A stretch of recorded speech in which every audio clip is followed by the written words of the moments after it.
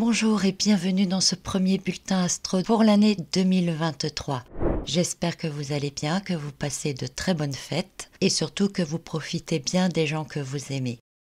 Avant de commencer, je vous rappelle que le Grand Guide Astro 2023 est en ligne. Vous pouvez le trouver soit sur mon site en PDF, soit sur Amazon en livre papier ou sur The Book Edition en livre papier également. N'oubliez pas de commencer à remplir vos carnets de route en cochant bien les dates auxquelles les planètes ont des influences sur votre signe astrologique et sur votre décan afin de commencer à pouvoir planifier certaines choses pour le cours du mois.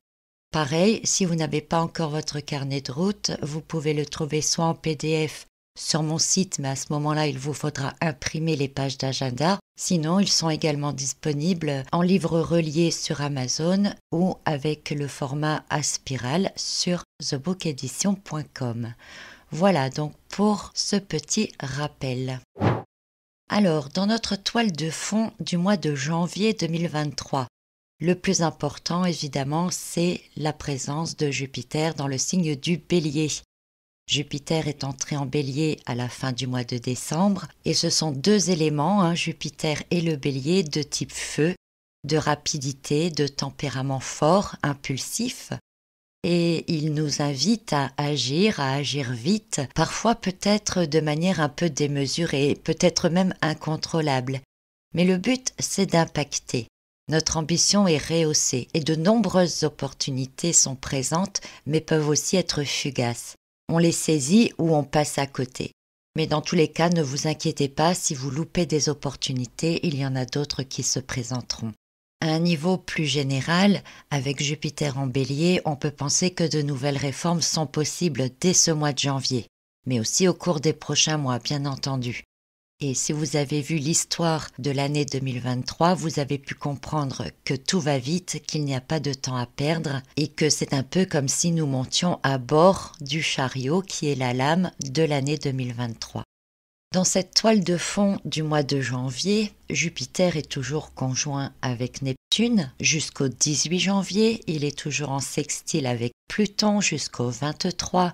Et il va débuter un sextile avec Mars, qui est maître du Bélier dans lequel se trouve Jupiter, à partir du 9 janvier. C'est donc une triple configuration pour Jupiter qui fait largement penser à cette image du chariot, qui est cette lame principale de l'année, et dont vous retrouverez tout le détail d'ailleurs de mes recherches sur cette lame dans le Grand Guide Astro 2023. Et cette triple configuration, elle sera surtout présente entre les 13 et 19 janvier. Donc c'est une période, une semaine, pendant laquelle tout pourrait s'emballer rapidement. D'autant plus qu'à partir du 13, Mars va reprendre sa marche directe. Donc c'est à cette période-là qu'il y a le plus de probabilité que des choses nouvelles se mettent en place ou que des décisions soient prises rapidement ou encore que de grandes révélations se produisent. Mais Jupiter n'est pas seulement en lien qu'avec Neptune, Pluton et Mars, il est aussi en trigone avec Lilith. Alors Lilith, je vous en parlerai dans une autre vidéo puisqu'elle va entrer dans le signe du Lion le 9 janvier. Mais globalement, comme ça, rapidement, on peut dire que Lilith en Lion, elle va s'attaquer principalement à tout ce qui est identité sous toutes ses formes. Or, Jupiter, Mars et le Bélier sont très axés justement sur l'identité et la personnalité, le Bélier étant l'expression de soi. Mais Lilith en Lion, c'est aussi le pouvoir, notamment le pouvoir d'achat aussi, qui sont dans le collimateur. Donc un trigone entre Jupiter en Bélier et Lilith en Lion, ça pourrait annoncer une flambée soudaine des prix, une inflation presque incontrôlable. Alors pas forcément pour ce mois de janvier, même si c'est très possible, mais pour les prochains mois à venir, jusqu'au mois d'octobre. Et cette inflation incontrôlable, elle aura donc des répercussions forcément importantes sur nos modes de vie et même sur nos valeurs, nos habitudes de consommation, nos plaisirs, nos divertissements, pourquoi pas. Donc c'est un début d'année dont l'enjeu économique en tout cas est en première cible. Et puis, mais je vous en parlerai dans la vidéo sur Lilith, au moment de son entrée dans le signe du Lion, elle sera aussi en opposition avec Pluton. Et puis dans ce début d'année, nous avons également dans la toile de fond un long trigone entre Uranus et Mercure, deux planètes de l'élément air, de l'intellect et de la communication. Mercure, il est à la toute fin du signe du Capricorne en ce début de mois de janvier. Il est en rétrogradation, une rétrogradation qu'il terminera d'ailleurs le 18. Et avec Mercure en Capricorne, le mental est très orienté sur la matérialité ou encore l'argent, le budget, le domaine professionnel. Il est en conjonction avec Pluton, qui est l'astre des finances ou des héritages, tout ce qui est dû. Donc on pourrait penser ici à une mise en place de la réforme des retraites, par exemple, de manière plutôt brutale ou présentée comme inévitable, en tout cas de manière très persuasive. Et on pourrait penser aussi à un remaniement des droits fondamentaux, qui pourrait par exemple être en lien avec les droits au chômage. Alors je vous dis là dans l'actualité, mais moi ce qu'il faut savoir c'est que tout cela je l'ai écrit en début dans le premier trimestre 2022. Donc ça a l'air quand même d'être vraiment d'actualité et de se conformer finalement à ce que je pensais qu'il se produirait. Bon bref, c'est pas grave. En tout cas, on peut affirmer qu'en cette période, notre esprit, avec ce trigone entre Uranus et Mercure, est fortement préoccupé par le domaine financier et par tous les aspects matériels de notre vie. Alors, ça c'est pour la toile de fond. Voyons un peu plus en détail ce mois de janvier. Alors tout d'abord, je suis heureuse et ravie de vous annoncer la fin définitive, cette fois, du carré entre Saturne et Uranus. Ce sera le 4 janvier, on en sera débarrassé définitivement, jusqu'au prochain, et ça ne sera pas pour tout de suite.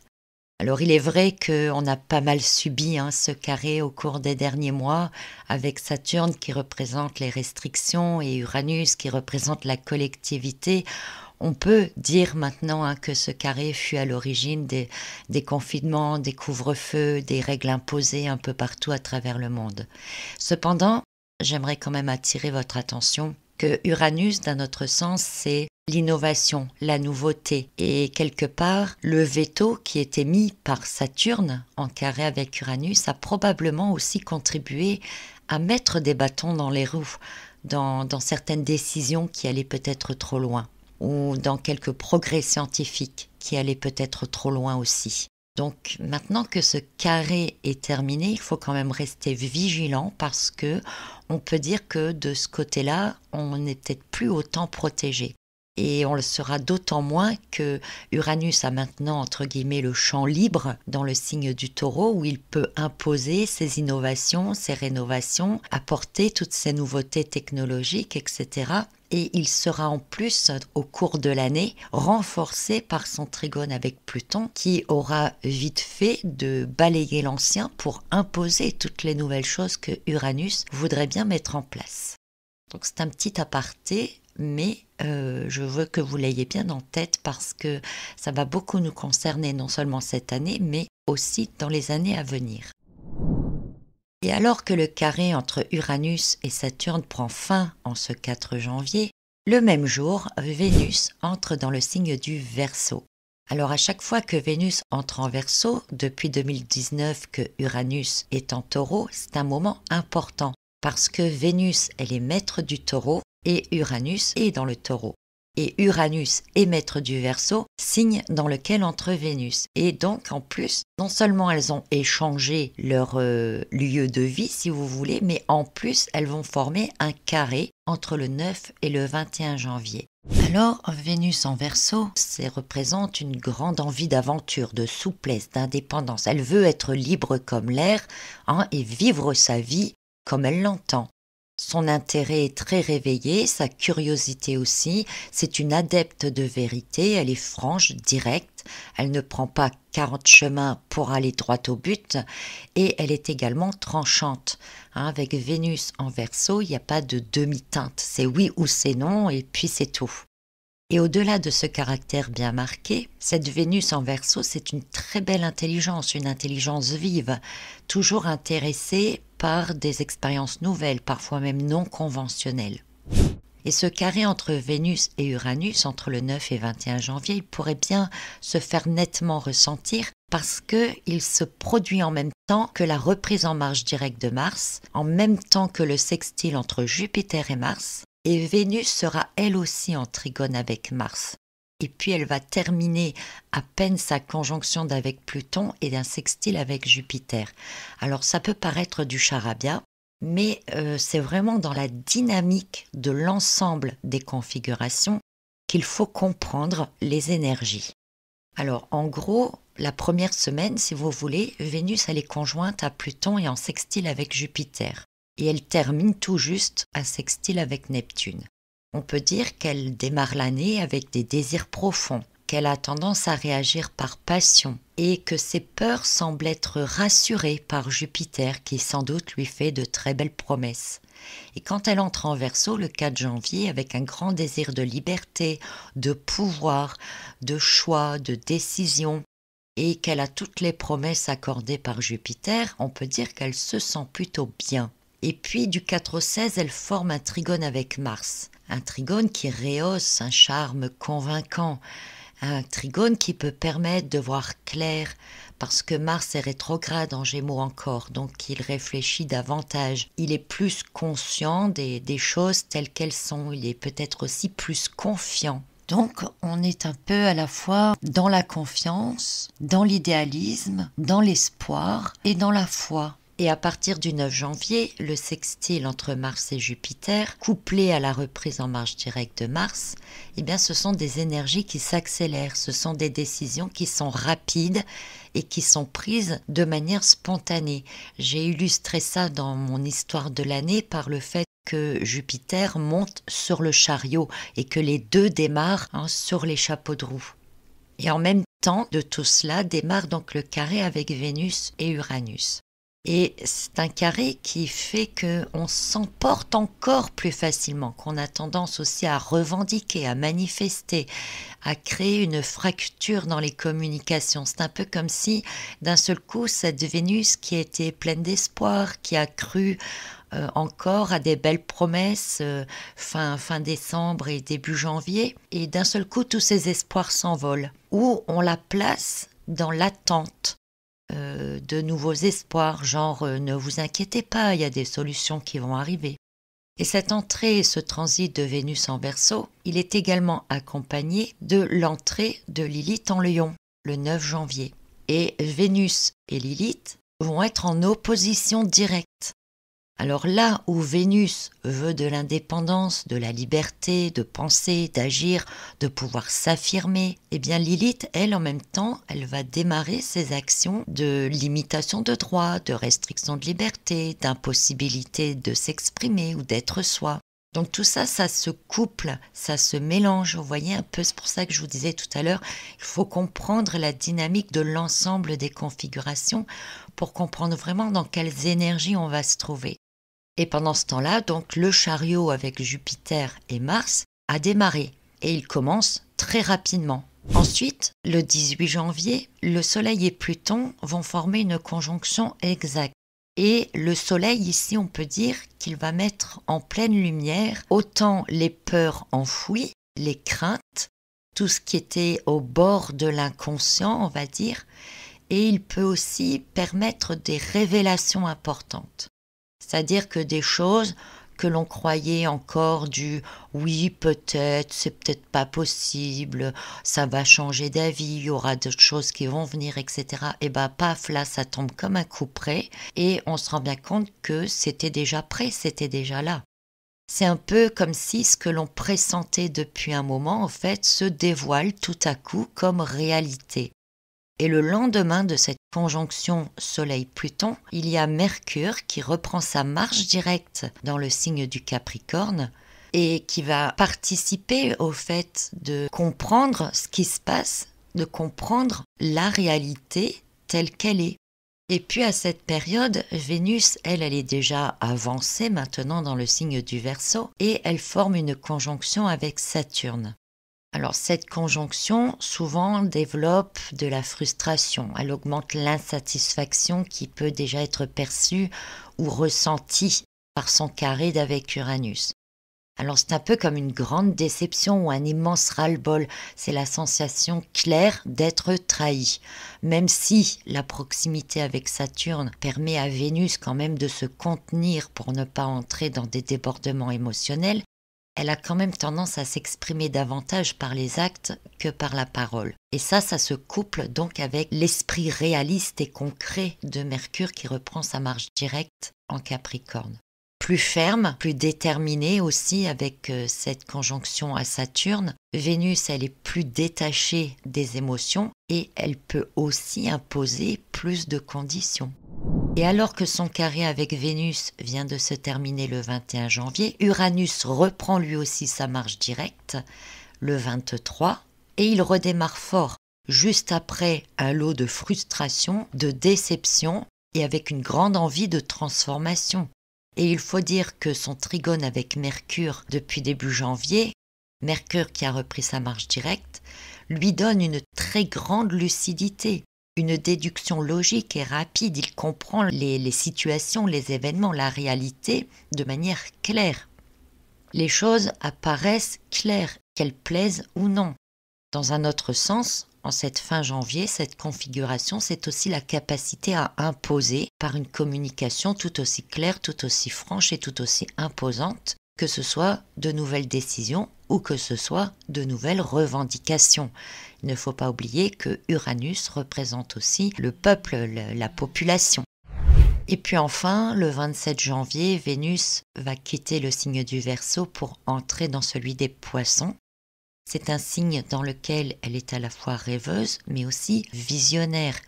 Et ça crée alors une dissonance entre le désir d'un avenir meilleur et la réalité du terrain.